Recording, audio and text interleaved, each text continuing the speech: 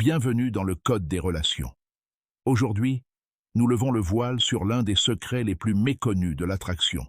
Ce ne sont ni le physique, ni l'argent, ni les beaux discours. C'est le pouvoir de limites saines et affirmées. Vous voulez connaître l'un des secrets les plus ignorés concernant ce qui attire vraiment les femmes? Ce ne sont ni les abdos, ni la voiture, ni même les beaux discours. Ce sont les limites. Oui, des limites claires, affirmées et assumées. Et voici la vérité. La plupart des hommes ne l'apprennent jamais. Les limites ne repoussent pas les femmes. Elles les attirent. Mais je ne parle pas de faux semblants de mâle alpha, ni de manipulation. Je parle de véritables limites masculines, celles qui découlent d'un profond respect de soi, d'une détermination inébranlable et d'un homme qui sait exactement qui il est. Dans cette vidéo, j'analyse 6 limites spécifiques qui déclenchent une attraction inconsciente chez les femmes. Non pas par la force, mais par la présence. Il ne s'agit pas de jeu de pouvoir, mais de clarté. Et quand vous respectez ces limites, quelque chose change en elle. Elle le sent, elle le respecte, elle y réagit. Restez avec nous, surtout pour la 6e limite, car celle-ci ne se contente pas de protéger votre pouvoir. Elle redéfinit la façon dont elle vous perçoit et, plus surprenant encore, la façon dont elle se perçoit elle-même en votre compagnie.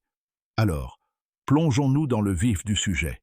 Première limite, l'avantage de l'indisponibilité. Votre temps vous appartient. C'est la première et la plus puissante limite que vous puissiez établir. Au premier abord, celle-ci semble dangereuse. Vous ne répondez pas immédiatement à ses messages. Vous ne laissez pas tout tomber quand elle appelle. Vous ne bouleversez pas tout votre emploi du temps pour être disponible sur un coup de tête. Votre esprit s'écrie « Attends, ne va-t-elle pas se désintéresser? Ne va-t-elle pas penser que je m'en fiche? Ne va-t-elle pas passer à quelqu'un de plus réactif ?» En réalité, c'est tout le contraire qui se produit. Lorsque vous n'êtes pas toujours disponible, vous envoyez un message. Non pas avec des mots, mais avec votre énergie. Mon temps est précieux. Ma vie est déjà bien remplie. Vous vous engagez dans une relation déjà bien établie, avec du sens et une direction. Cette tension subtile, cette légère incertitude qu'elle ressent quant à sa place dans votre vie, ce mystère, tout cela était magnétique, car être constamment disponible signifie clairement « je n'ai rien d'autre à faire ». La rareté crée de la valeur. Cela a toujours été le cas. Et lorsqu'un homme devient rare, il devient irrésistible. Vous ne la poursuivez pas. Vous l'attirez simplement en préservant votre propre vie. Dites-moi, vous est-il déjà arrivé d'être trop disponible et de la voir se désintéresser peu à peu? Si c'est le cas, avouez-le dans les commentaires, car ce simple changement peut transformer toute votre dynamique amoureuse. Deuxième limite, la règle du « pas d'excuses ». Dites non sans culpabilité. Cette simple limite peut tout changer. Voici le point psychologique que la plupart des hommes ignorent. La façon dont vous dites non compte plus que la fréquence à laquelle vous dites oui. Imaginez, elle vous invite à quelque chose qui ne correspond pas à votre emploi du temps ou à votre énergie. Vous avez envie de refuser, mais votre intuition vous dit de ne pas la contrarier. Alors, vous finissez par dire « Je suis vraiment désolé, j'ai juste un petit imprévu et je vais essayer de le régler. » Promis. Vous vous justifiez à l'excès. Vous vous rétractez. Vous édulcorez votre vérité jusqu'à ce qu'elle ne ressemble plus vraiment à une limite. Et elle le sent. Comparez cela à ceci. « Salut, je ne pourrai pas venir, mais j'espère que tu passeras un super moment. On se voit plus tard dans la semaine ?» Poli, clair, sûr de soi. C'est séduisant.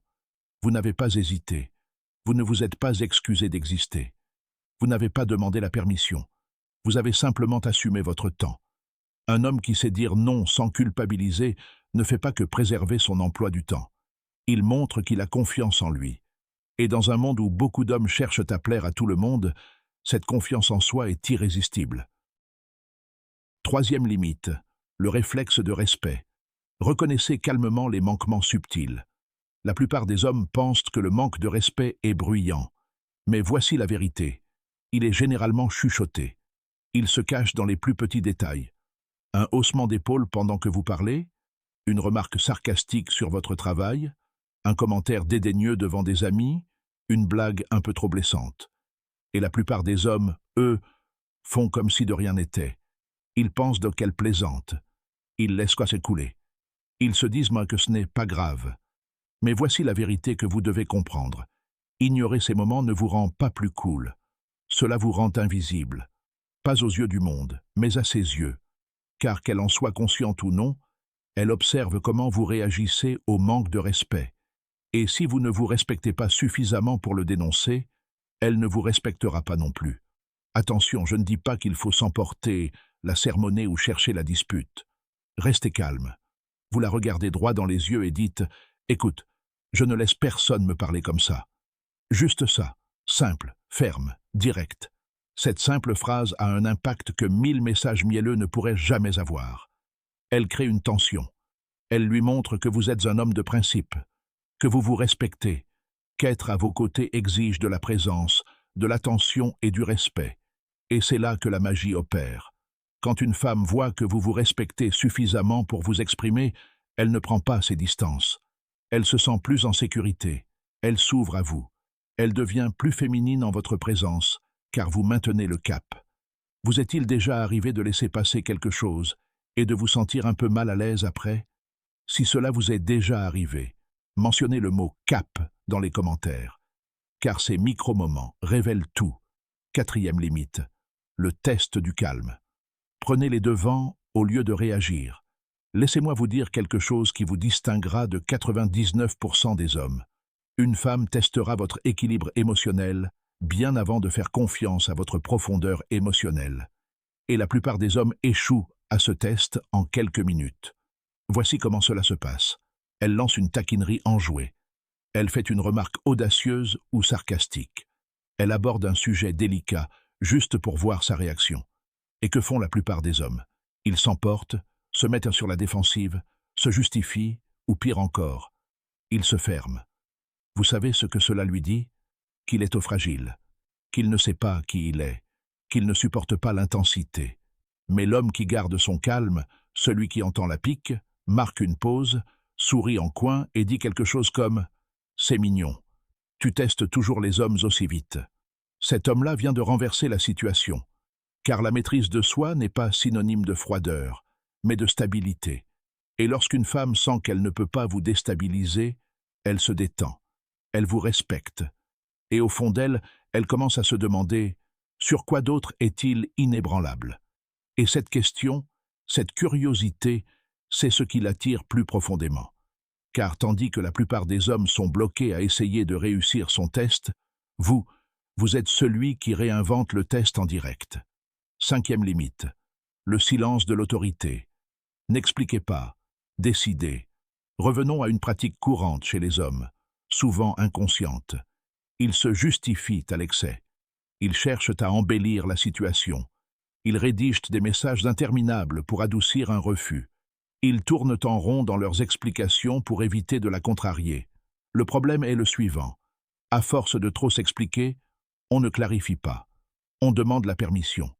Même si vos paroles semblent assurées, l'énergie sous-jacente est empreinte d'incertitude. Prenons un exemple classique. Un homme dit « Je ne pourrai pas venir ce soir. J'ai eu une semaine chargée. Le travail a été stressant et j'ai besoin de me reposer et de me ressourcer. J'espère que cela ne vous dérange pas. Encore désolé. » Comparez cela à « Je ne peux pas venir ce soir, mais on se voit plus tard dans la semaine. » Vous voyez la différence? L'un cherche à justifier ses choix. L'autre assume la réalité. Car la véritable confiance est efficace. Elle est concise. Elle ne cherche pas à être validée. Il ne s'agit pas d'enrober la vérité de mille feux. Il s'agit d'agir, tout simplement.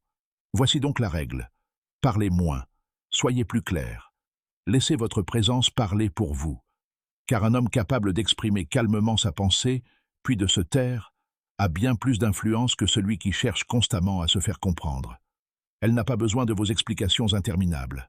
Elle a besoin de sentir que vos paroles sont empreintes de certitude. Et lorsqu'elle y parvient, vous ne gagnez pas seulement son attention, vous gagnez son respect. 6e limite, la priorité à la mission. C'est la limite qui change tout. Prêt? La voici. Elle rejoint votre parcours. Elle ne le définit pas. Réfléchissez-y un instant.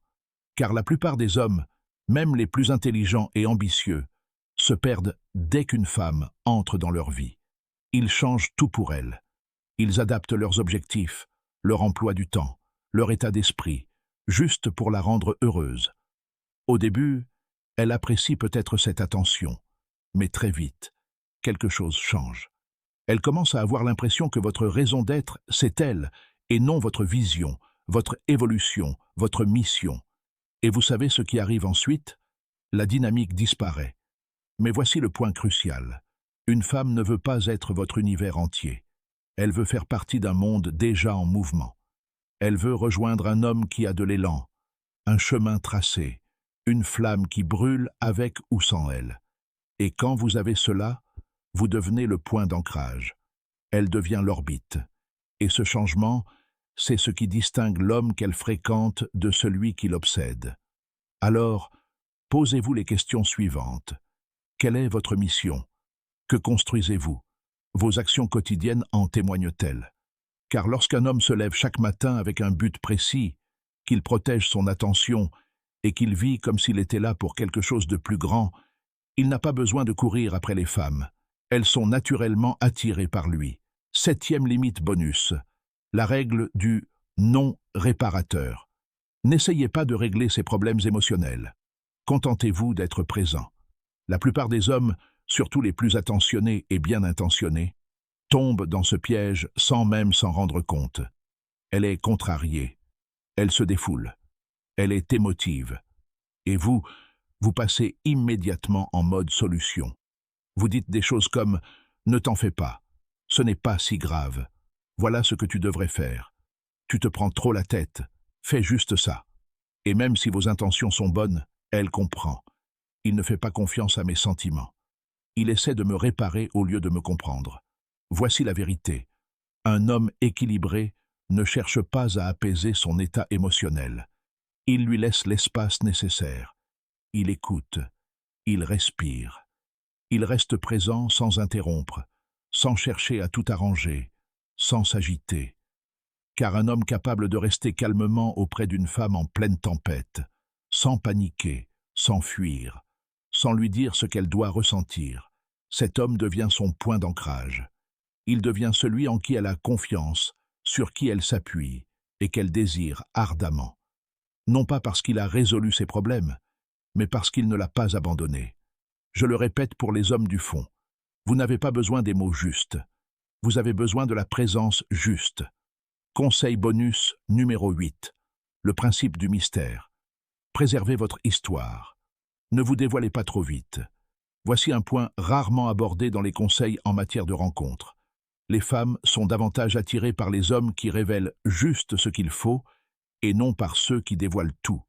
Voyez-vous, à l'ère des textos incessants, des stories sur les réseaux sociaux et des conversations profondes dès le 3e jour, la plupart des hommes se surexposent. Ils déballent leur traumatisme. Ils dévoilent leurs détails financiers. Ils décortiquent chaque chapitre de leur passé comme s'il s'agissait d'une séance de thérapie. Mais voici les conséquences. Cela tue le mystère. Le mystère est magnétique. La masculinité ne s'explique pas toujours. Elle ne dévoile pas tout dès le premier rendez-vous. Elle la laisse s'interroger, la laisse se pencher en avant, la laisse poser des questions. Car lorsque vous gardez une certaine distance, non par peur, mais intentionnellement, vous créez une attraction. Elle sent qu'il y a plus en vous. Elle ne se sent pas en droit de connaître toute votre histoire. Elle se sent honorée lorsque vous la dévoilez lentement. Cette révélation progressive, cette profondeur maîtrisée, c'est enivrant. Ce que vos limites disent de vous, chaque limite que vous fixez est un message. Elle dit « Je sais qui je suis. Je n'ai pas peur de perdre ce qui ne correspond pas à cela. » Ce genre d'énergie masculine, ce n'est pas seulement attirant, c'est inoubliable. Car voici ce que les femmes ressentent, même si elles ne le disent jamais à voix haute. S'ils se respectent autant, peut-être que je serai meilleur en sa présence aussi. Cela élève toute l'interaction. Vous n'essayez plus d'être à la hauteur pour elle. Vous fixez un objectif et vous lui permettez de l'atteindre. Dites-moi maintenant en commentaire laquelle de ces limites vous semble la plus difficile à respecter. Laquelle allez-vous mettre en pratique dès aujourd'hui?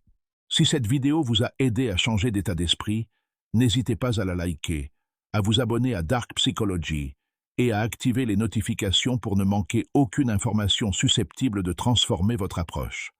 D'ici la prochaine fois, c'est Amelia qui vous rappelle de fixer vos objectifs, de préserver votre cadre de vie et de vivre pleinement le moment présent. Merci d'avoir regardé le Code des relations. Si cette vidéo vous a plu, n'oubliez pas de la liker, de vous abonner et d'activer les notifications pour découvrir d'autres analyses pertinentes en psychologie des relations. D'ici la prochaine fois, protégez vos valeurs, restez concentrés sur votre objectif et continuez à évoluer.